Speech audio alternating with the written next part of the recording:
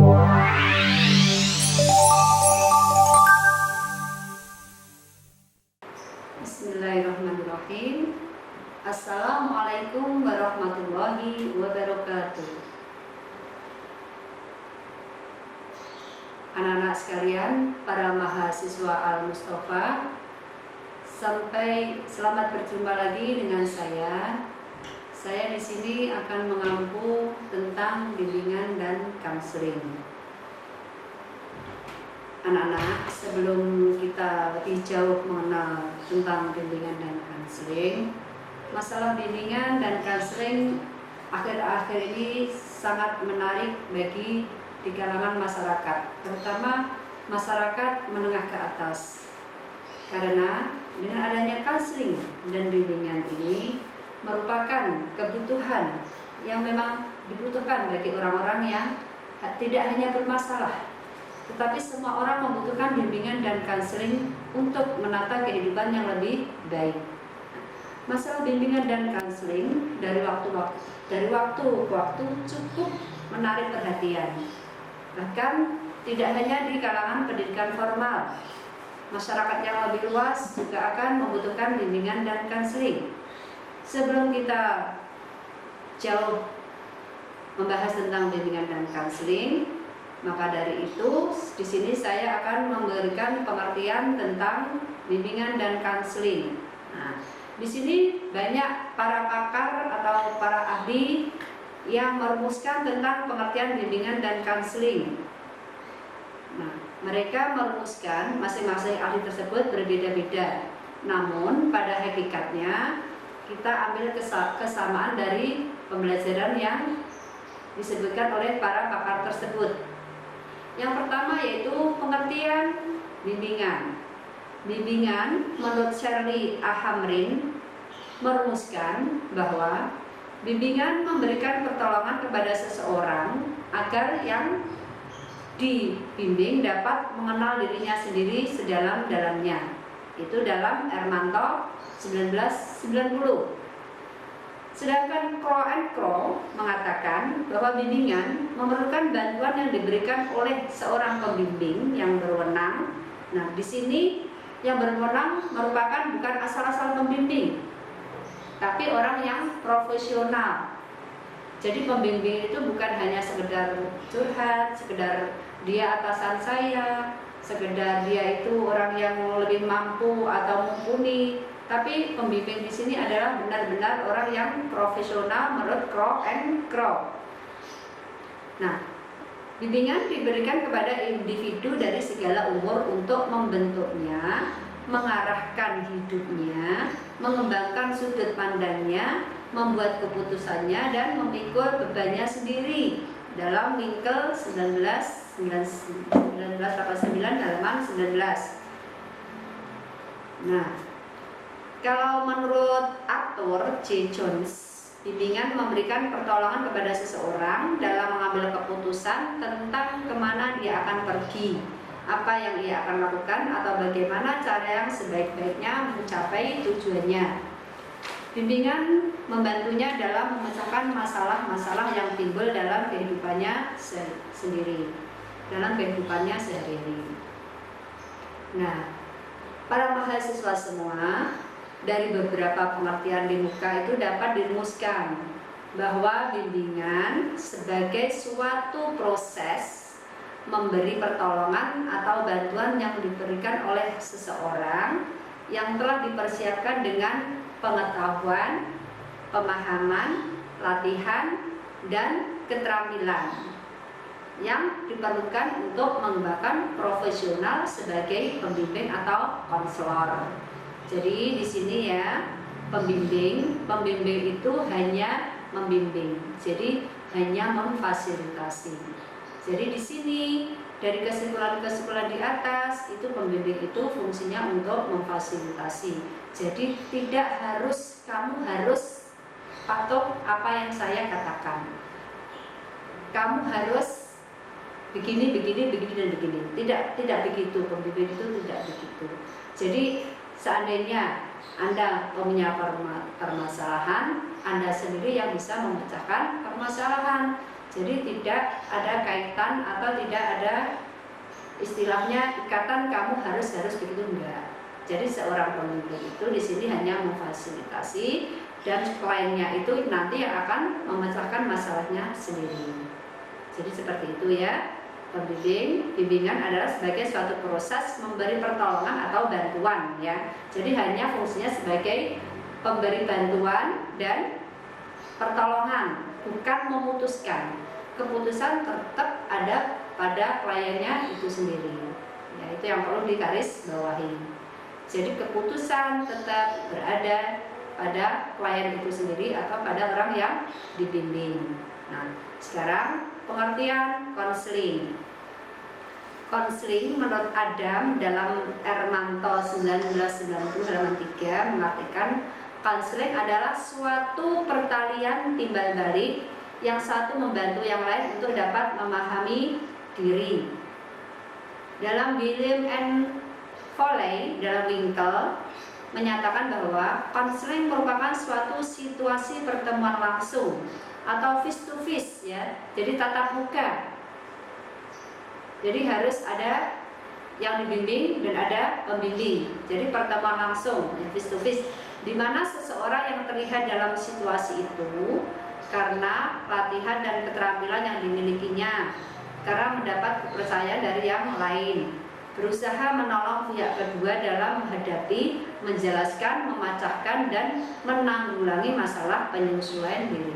Ya, jadi counseling itu yang dimaksud Williamson and Foley itu harus face to face, jadi ada, sehingga permasalahan yang dihadapi itu bisa dipecahkan bersama-sama atau bisa antara klien dan pembimbing itu saling memberikan interaksi sehingga akan mewujudkan suatu keputusan yang baik. Permasalahan bisa dipecahkan dan penanggulangan masalah sesuai dengan apa yang dihadapi. Itu menurut Williamson and Foley. Nah, dari dua pendapat di atas dapat disimpulkan bahwa konseling merupakan hubungan profesional antara konselor yang terlatih dan seorang klien. Hubungannya adalah antara pribadi, walaupun kadang-kadang melibatkan lebih dari dua orang yang direncanakan untuk membantu klien memahami dan memperjelas pandangan hidupnya yang penuh arti dan mengetahui pilihan yang sesuai dengan bakat yang cocok untuknya.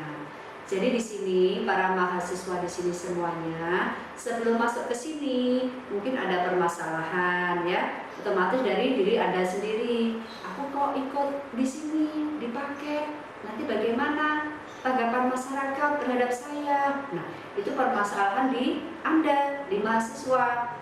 Terus nanti kalau saya nggak ikut, tapi saya nggak punya ijazah formal, bagaimana? Nah, ini Anda perlu bimbingan, Anda perlu seorang yang profesional. Jadi pembimbing itu bukan sekedar hanya ngasih masukan, tapi dia itu seorang profesional yang sudah terlatih, ya. Jadi jadi konselor yang sudah terlatih dengan klien itu insya Allah nanti akan menghasilkan suatu keputusan yang benar-benar diharapkan oleh sang klien sendiri.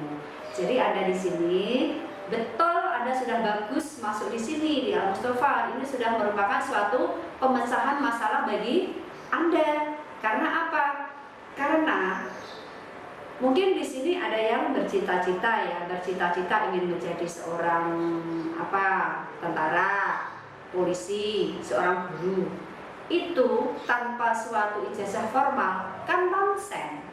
Jadi Anda itu di sini sudah benar, sudah tepat. Berarti Anda sudah masuk ke jalur SIM yang benar. Karena apa?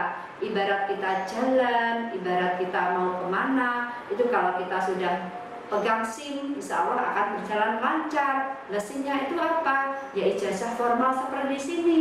Nah, Anda tidak sempat untuk belajar di formal, atau Anda sibuk dengan pekerjaannya, atau Anda ingin membantu orang tua belajar sambil bekerja. Nah, di sini adalah tempat yang Anda butuhkan. Anda sudah tepat di sini. Jadi masalah Anda sudah bisa teratasi. Jadi Anda ya juga bisa membantu orang tua, bisa nanti mendapat ijazah. Seperti juga yang di pondok. Di pondok kan di situ pelajarannya kan banyak sekali, terutama yang tahfidz ya. Nah, itu merupakan apa itu? Ada waktu tertentu atau memerlukan beberapa waktu untuk menghafal. Jadi tidak sempat untuk sekolah ke formal. Untuk kedua-duanya mungkin tidak mungkin. Nah, di sini permasalahannya. Maka dari itu PKBM Al-Mustafa ini merupakan suatu pemecahan masalah dalam menghadapi masalah. Seperti pegadaian itu ya, masalah tanpa masalah. Jadi Anda sudah tepat untuk di sini. Maka dari itu kalau sudah merasa tepat, nah kita harus bergerak, kita harus maju. Jangan sampai kita berhenti di tempat, salah jalan, ya para mahasiswa semua. Jadi jangan minder Anda sekolah di sini. Anda akan tetap mendapat reward tersendiri bagi masyarakat di atasnya. Karena apa? Anda tetap bersemangat untuk mencari ilmu.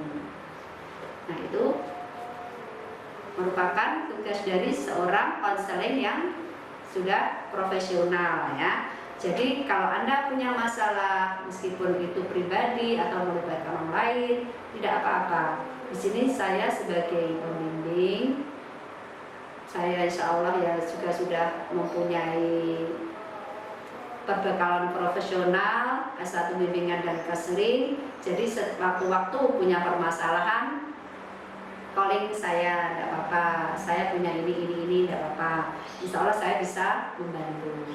Jadi sebelum dilanjut, perjalanan hidup Anda itu masih panjang. Jadi masih merupakan bimbingan.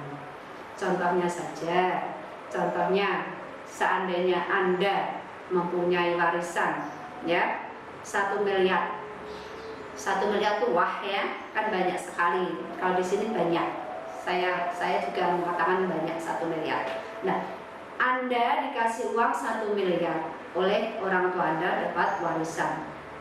Tapi kalau jiwa Anda itu jiwa seorang pedagang, uang 1 miliar itu pasti akan nanti semakin bertambah. Karena apa? Untuk dikembangkan lagi. Itu kalau Anda mempunyai jiwa pedagang atau jiwa wira swasta. Tapi beda lagi, uang 1 miliar itu kalau Anda tidak mempunyai jiwa seorang pedagang, Anda hanya bisanya shopping, ya menghabiskan uang, apakah itu nanti berkembang? Nonsen, itu akan habis. Maka di sini Anda memerlukan bimbingan, memerlukan counseling. Anda mencari seorang counseling yang tepat. Bagaimana kalau saya ini? Akhirnya kalau memang Anda seorang pedagang atau itu akan uang 1 miliar itu akan berkembang. Tapi kalau memang tidak bisa, ya ini nanti kalau sabar habis, mungkin lebih baik Anda akan ditabung. Begitu ya. Jadi permasalahan itu bukan hanya orang yang bermasalah, tapi Anda mempunyai rencana atau mempunyai apa itu bisa dikonsultasikan. Ya, mungkin ya dari sini sudah ya. Jadi hidup yang penuh arti dan mengetahui pilihan yang sesuai dengan bakat dan cocok untuknya. Jadi di sini untuk mencocokkan diri atau saya itu besok ini jadi apa toh? Itu kalau Anda bingung ya, itu bisa dikonsultasikan. Anda bisa mengundang seorang counseling ya. Jadi jangan ragu-ragu, bukannya yang bermasalah. Apalagi sekarang ini ya banyak pergaulan muda-mudi ya sekarang. Itu maka dari itu kita harus tahu batas-batasnya. Nah, untuk itu sering-seringlah kita berkomunikasi, jangan sampai menyendiri agar kehidupan yang kita hadapi nanti semakin baik dan baik lagi. Nah, dari batasan-batasan di muka itu dapatlah ditarik beberapa kesamaan sebagai berikut ya. Yang pertama yaitu counseling merupakan salah satu teknik bimbingan. Nah, dengan demikian jelas bahwa pengertian bimbingan lebih luas dibandingkan dengan pengertian counseling. Karena itu counseling jelas merupakan kegiatan bimbingan, tetapi tidak semua kegiatan bimbingan merupakan counseling. Yaitu tadi ya, tidak semua yang dibimbing itu dapat memecahkan masalahnya sendiri. Jadi bimbingan yang ada di sini ya merupakan kegiatan yang apa itu? Yang secara garis besar, secara umum itu nanti dapat memecahkan permasalahan terhadap klien tadi. Yang kedua, dalam counseling, masalah yang akan dipecahkan telah diungkap oleh klien ketika klien menghadapi konselor, sehingga sifatnya lebih kepada penyembuhan, kuratif ya. Jadi seorang counseling ya, seorang konseling itu menghadapi klien itu punya masalah. Nah, kalau yang dihadapi tidak ada masalah, apa yang harus dipecahkan? Kan nggak ada. Maka dari itu dia menghadapi konselor ya, sudah ada masalah, sehingga sifatnya masalah tadi dapat menyembuhkan ya, obat, istilahnya sebagai obat ya, bisa memberikan obat. Yang ketiga yaitu konseling hakikatnya dilaksanakan secara individual. Tadi yang sudah saya katakan. Jadi kalau bisa face to face ya, kita tatap muka. Jadi benar-benar tahu dia itu menghadapi masalah seperti apa, sehingga nantinya dapat dipecahkan bersama-sama. Itu tetap mutlak yang memberikan keputusan adalah seorang klien ya. Karena apa? Tugasnya seorang konselor itu hanya memberikan obat ya, sebagai penyembuh. Jadi dia pengen sembuh atau tidak itu terserah dia sendiri.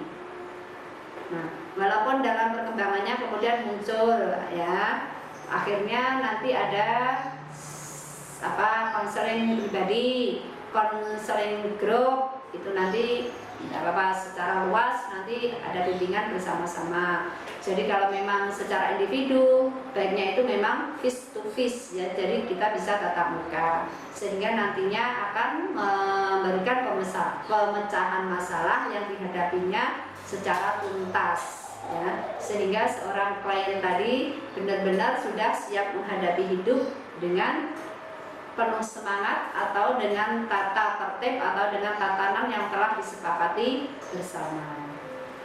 Sekarang kita lanjutkan kedudukan konseling dalam keseluruhan bimbingan. Nah ini, apabila kita membahas hubungan antara bimbingan dan konseling, kita pun akan mendapatkan beberapa tanggapan yang berbeda-beda pada mulanya. Ada yang berpendapat bahwa bimbingan itu identik dengan konseling, sehingga mencampur baurkan pengertian bimbingan dengan konseling. Pendapat lain memandang kegiatan bimbingan lebih luas daripada konseling, dan konseling merupakan bagian yang integral dari bimbingan.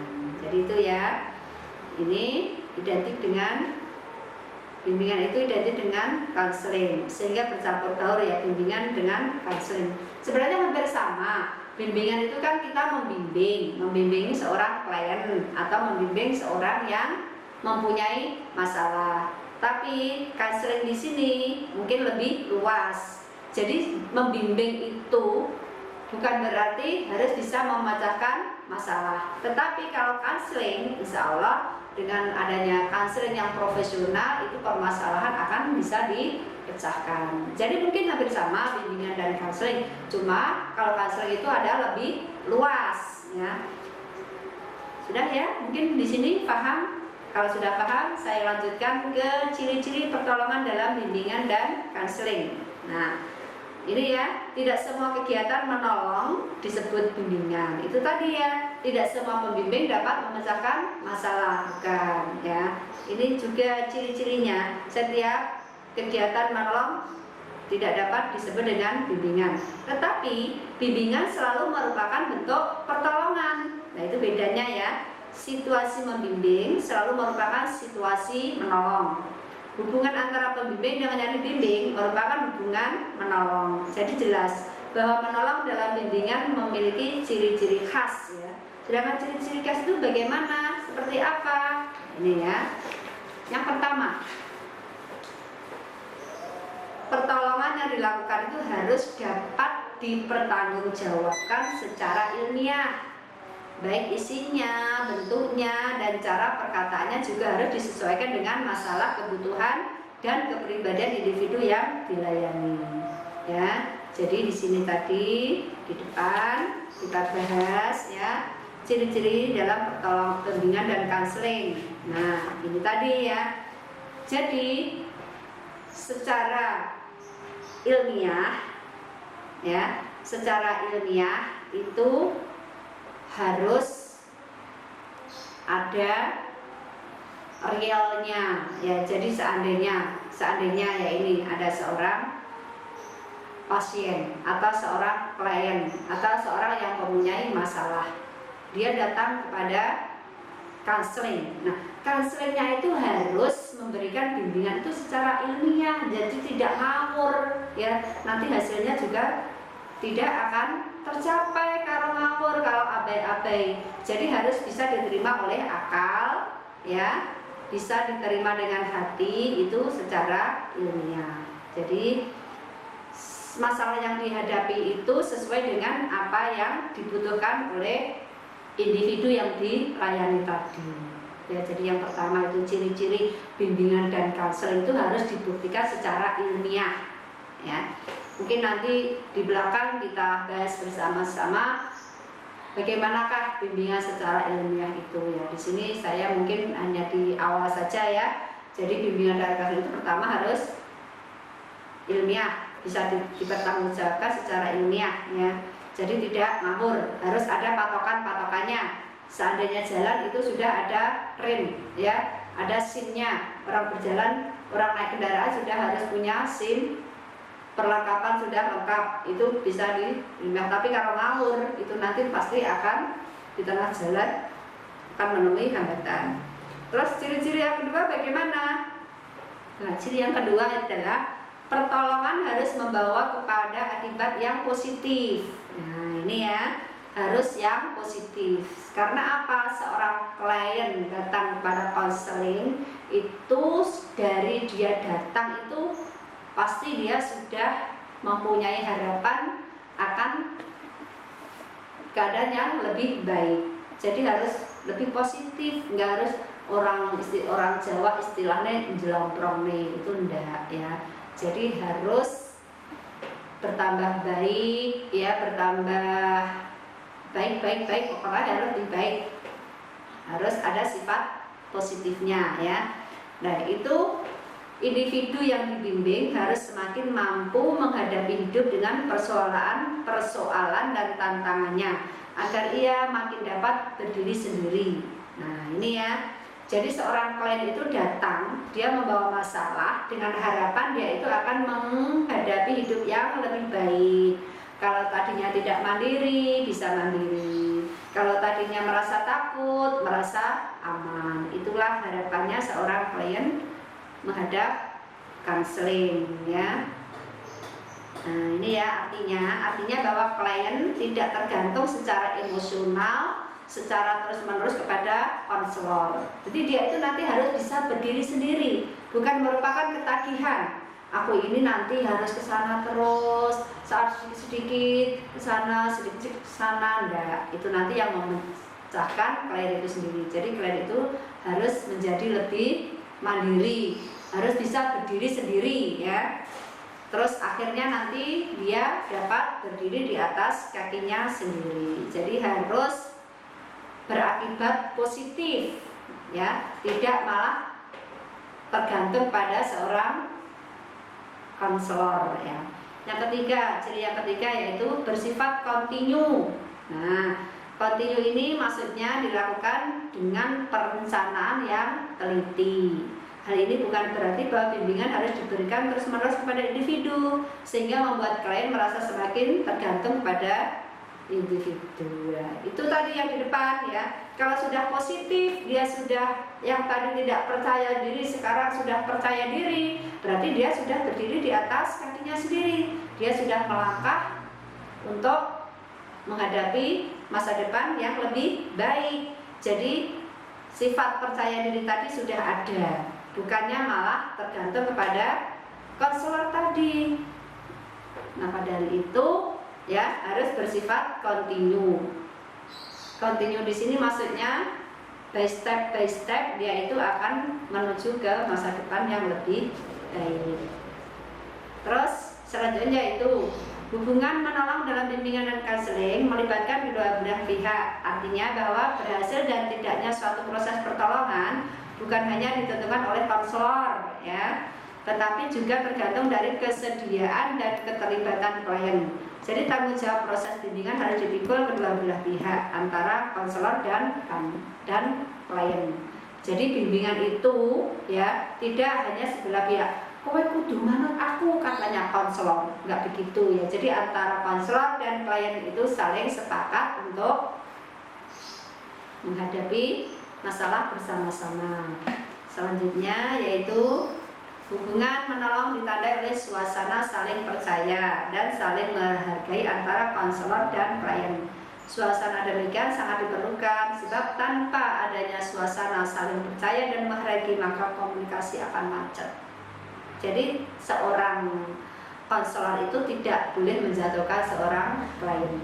Seandainya ada permasalahan, kamu gini, nah, belum masalah tidak selesai malah membuat si klien itu tadi minder. Nah, contohnya di sini seandainya Anda ini kan bekerja, seandainya bekerja di sebuah toko itu ya. Nah, di sebuah toko Anda bekerja, Anda pakai ijazah SMP. Nah, Anda ingin melanjutkan ke taraf hidup yang lebih baik. Nah, di situ diperlukan ijazah SMA. Sedangkan Anda kan nggak punya. Terus Anda ragu-ragu, bisa nggak ya saya? Akhirnya Anda mendatangi seorang konselor. Nah, di sini tugas konselor adalah menutup atau istilahnya apa ya? Menghargai ya.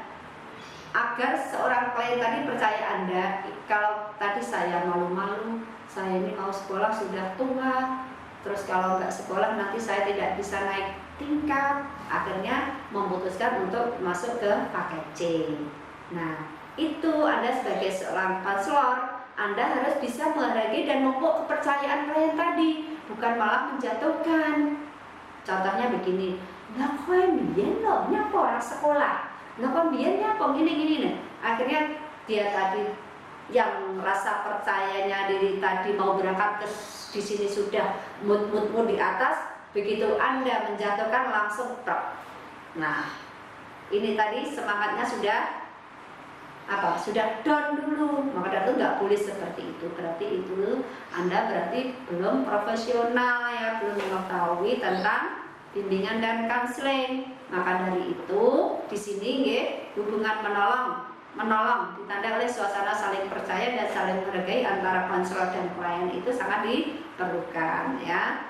Sebab tanpa adanya itu tidak akan bisa memecahkan masalah, bahkan akan memacetkan atau mematikan ya. Jadi di sini ciri-ciri bimbingan dan konseling tadi saya garis bawahi ya. Yang pertama, bimbingan dan konseling itu harus mempunyai pertanggungjawaban secara ilmiah. Yang kedua, membawa akibat yang positif. Yang ketiga, bersifat kontinu dan dilakukan dengan perencanaan yang teliti. Yang keempat, yaitu berhasil tidaknya suatu proses pertolongan bukan hanya ditentukan oleh konselor, jadi oleh kedua belah pihak. Yang kelima, yang terakhir, yaitu kedua pihak antara konselor dan klien itu harus saling percaya dan saling menghargai. Jadi itu ciri-ciri bimbingan dan konseling secara profesional. Nah, sekarang kita lanjutkan ke prinsip-prinsip bimbingan dan konseling. Nah, uraian mengenai prinsip-prinsip bimbingan ya itu dibedakan menjadi dua, yaitu prinsip umum dan prinsip khusus. Nah, namun dalam pembahasan ini hanya akan disajikan secara khusus. Mungkin untuk pertemuan kali ini kita cukupi sekian. Nah, para mahasiswa di sini semua jangan ragu-ragu, Anda sudah tepat datang ke sini. Insya Allah kita dapat memberikan penyelesaian permasalahan yang Anda hadapi. Jadi suatu permasalahan itu tidak hanya bagi orang yang bermasalah saja. Maksudnya apabila Anda ingin menaikkan karir atau Anda ingin mengembangkan potensi yang ada pada diri Anda sedangkan Anda ragu-ragu, jangan ragu, Anda datang ke sini. Insya Allah kami siap membantu Anda semua. Tetap semangat ya. Sekian dari saya. Assalamualaikum warahmatullahi wabarakatuh.